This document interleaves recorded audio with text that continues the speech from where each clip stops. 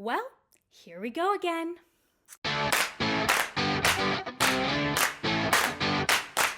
I was not going to make this video because I did not feel like I could take the abuse again, but so many people keep asking me if I've tried a Furies of Caledon or the Codex Alera series that I just can't pretend I haven't read it anymore. So first, thank you, Aaron, who is a viewer who sent this book to me, and I didn't save the note, but it was pretty funny. It said something like, I need you to like Jim Butcher, so I'm sending you this. So thank you. Look, Codex Alera was a completely fine book. It was fine. It was fine. Did I love this book? No. Did I hate this book? No. It was just average, which is exactly how I felt about Stormfront if you saw my Dresden video. People seem to overblow that, but I gave it 3 stars. It was an average book for me. I was actually pretty excited to get into Codex Alera because I was like, okay, it's high fantasy. That's more my thing than urban. This is gonna be the Butcher that I like. So it didn't really blow me out of the water. Let's get into the specific things that I felt were fine about this book. First, let's talk about the premise. So I did hear before getting into this book that Jim Butcher wrote this based on Pokemon and the Roman Legion. And I guess the conceit of it is that, was this like a Reddit post or something that I can't remember, but people said like, take 2 terrible ideas and make a good book out of it. So that's why he did this. The only thing is I actually think Pokemon and the Roman Legion sound like an incredible premise. Like people are like, oh, it's supposed to sound bad, but it's good. I'm like, that premise actually sounds amazing. So I was pretty excited. Unfortunately, I actually found the Pokemon part of this a little lacking. Now I understand Butcher isn't gonna make like Pikachu, okay? This is an adult novel and he's gonna obviously adapt it for more adult audiences, but I actually weirdly think he could have borrowed slightly more from Pokemon to make his magic system a little bit more interesting. Now this may be expectations going in, which is why I rarely like expectations. Like maybe if I didn't have this Pokemon idea in my mind, this wouldn't be the case, but let's kind of dig into it. So in the Codex Alera world, people have something called Furies. Furies have different powers connected to the elements, such as water or fire or earth.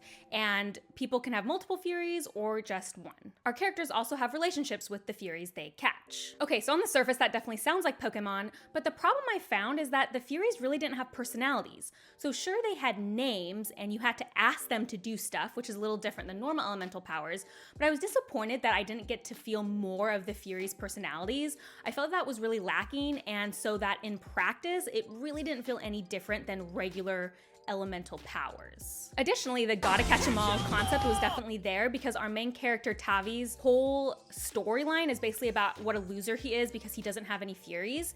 The problem with that is that I'm never shown how you get Furies. Like, it's never explained. So I spent the whole time being like, well, why doesn't he have any? Is it because he tried to catch them? Or do they just come to you and you hope they choose you? Like, I think that might be it because he felt like he was such a loser for not having one. But I felt like that was a really key element that was missing that would have kind of helped me connect to his storyline is like, well, why don't you have them? How do you catch these Furies? So again, nothing is wrong with this magic system. It didn't just necessarily inspire me and I didn't feel very connected to it. Let's move on to characters.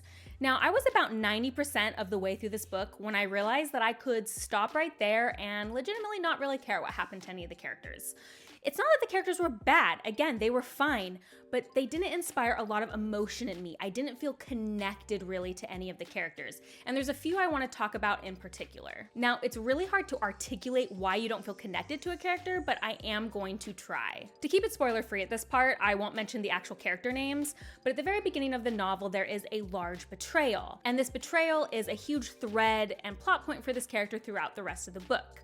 Now, this is like a normal thing, and I liked the idea of the betrayal. Like, in my mind, the betrayal was a cool plot point. The only issue is that it happened so close to the beginning of the book that I had 0 time to become invested in these characters or their relationship.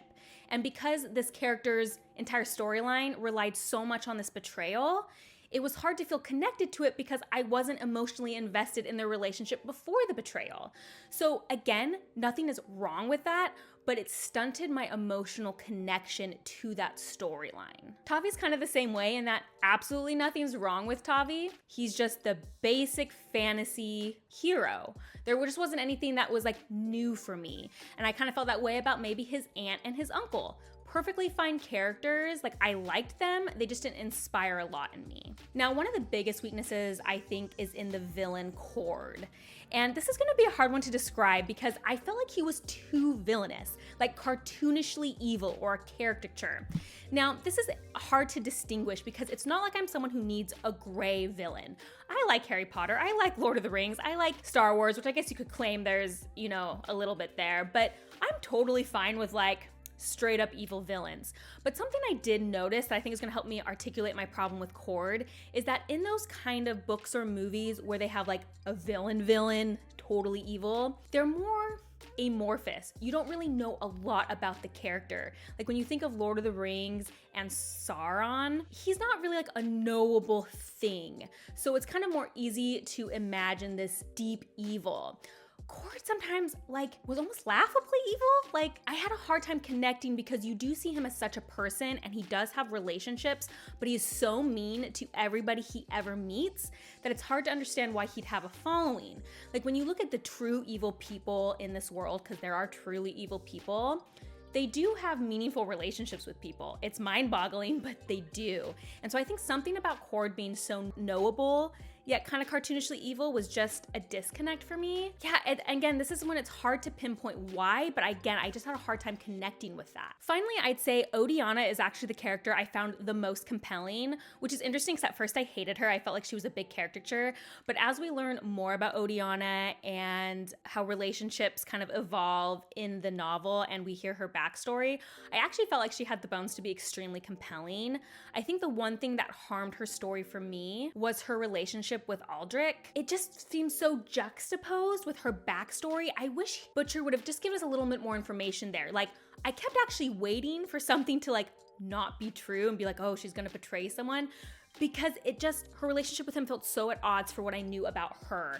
And so that made me struggle. Even though I kind of liked her, I just felt like I needed some more info there. And maybe that will come later, but it just felt like it was a missing piece in this first novel. One other small thing in characters is this did have a trope that I hate more than any trope ever, which is a super young girl with an old man in a romantic relationship.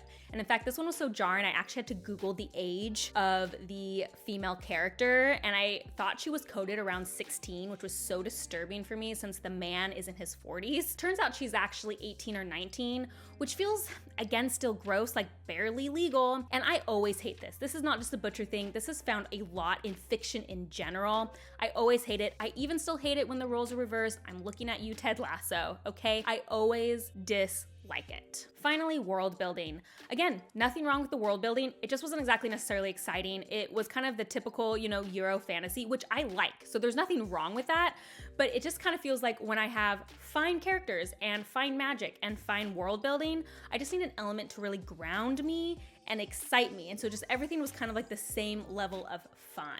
Now, I will give credit. The thing I liked the most out of the novel was the scenes within the Croach. I thought the Croach was a super unique setting. I really enjoyed those scenes. They had a lot of tension in them. I liked the characters that were involved in that scene. I just don't want to do spoilers.